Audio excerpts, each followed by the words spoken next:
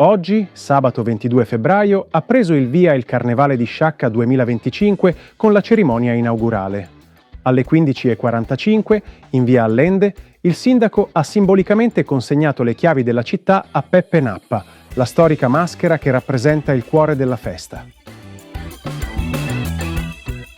Subito dopo, alle 16, è iniziata la spettacolare sfilata dei carri allegorici, che ha incantato il pubblico con i suoi colori e la sua energia.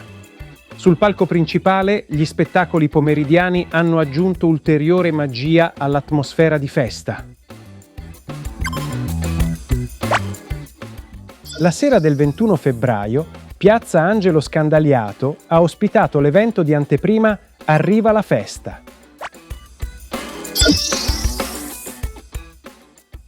Nonostante qualche incertezza meteorologica, l'entusiasmo del pubblico non è mancato.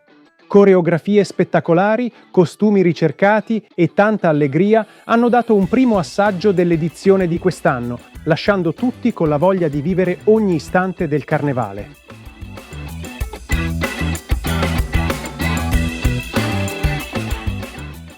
Domenica 23 febbraio sarà dedicata anche ai più piccoli con il Carnevale dei Bambini, che prenderà il via alle 11:30 in via Allende.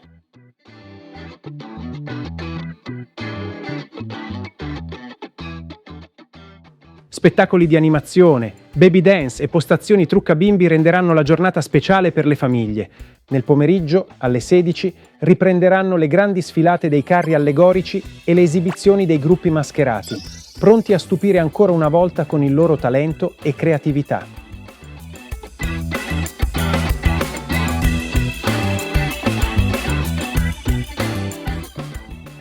Dopo il primo weekend di festa, il Carnevale di Sciacca continuerà con appuntamenti imperdibili venerdì 28 febbraio, sabato 1 e domenica 2 marzo.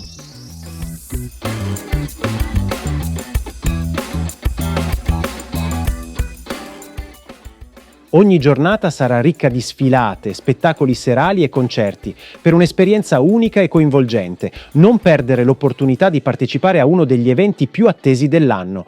Per scoprire il programma completo e acquistare i biglietti, visita il sito ufficiale del Carnevale di Sciacca.